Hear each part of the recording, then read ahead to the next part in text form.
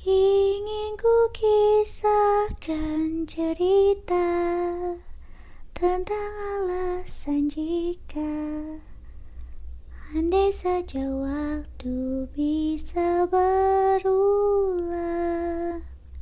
Namun itu tak mungkin, semuanya telah terjadi. Aku di sini sepi. Jika Tuhan mampu menolong semua umatnya, takkan aku di sini sendiri. Jika semua orang yang pernah ku cinta tak lupa, takkan aku di sini bersedih.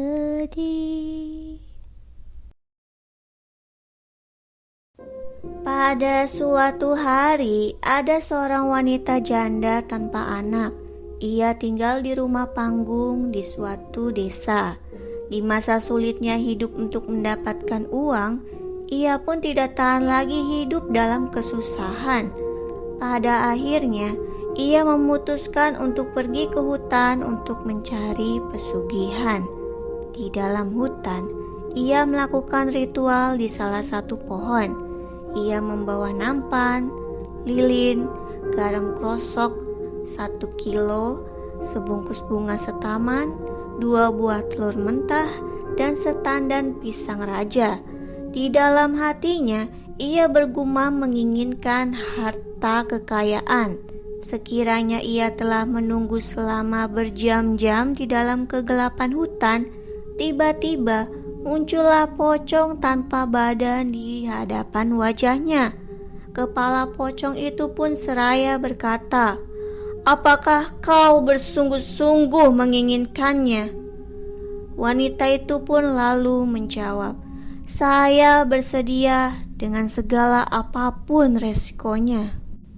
Pada akhirnya, wanita itu pun menyetujui untuk melayani kepala pocong itu. Setelah itu, ia akan mendapatkan berlembar-lembar uang yang muncul berterbangan di dalam kamar tidurnya.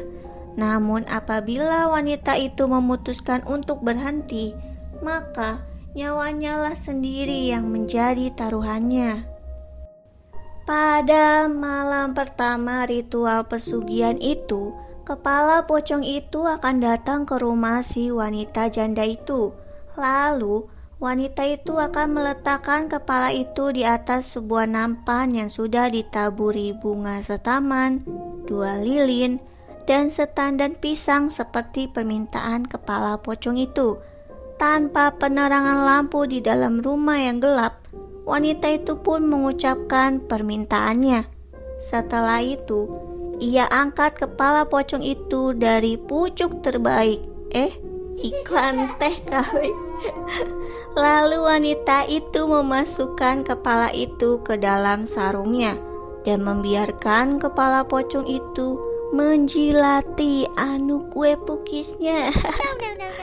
Meskipun wanita itu ketakutan sampai tangannya bergetar memegangi pucuk kepala pocong itu, namun semua rasa takut pun itu hilang seketika saat wanita itu merasakan kenikmatan oleh jilatan lidah pocong itu.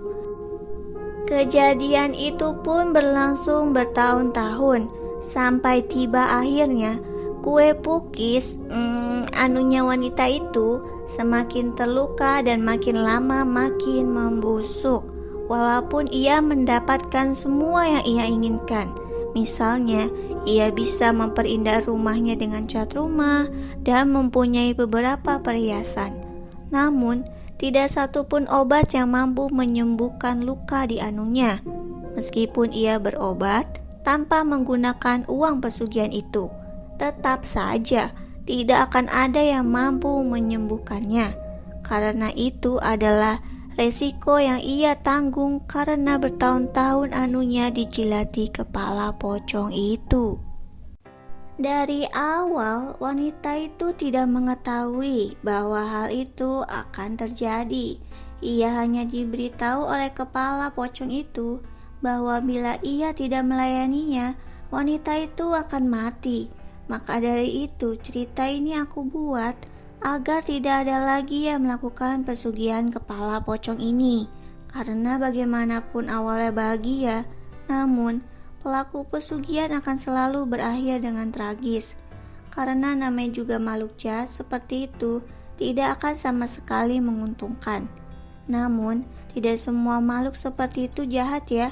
Sama seperti manusia, ada yang baik dan juga ada yang jahat. Sekian dan terima kasih cerita kali ini. Jangan lupa like, subscribe, dan share ya. Dadah.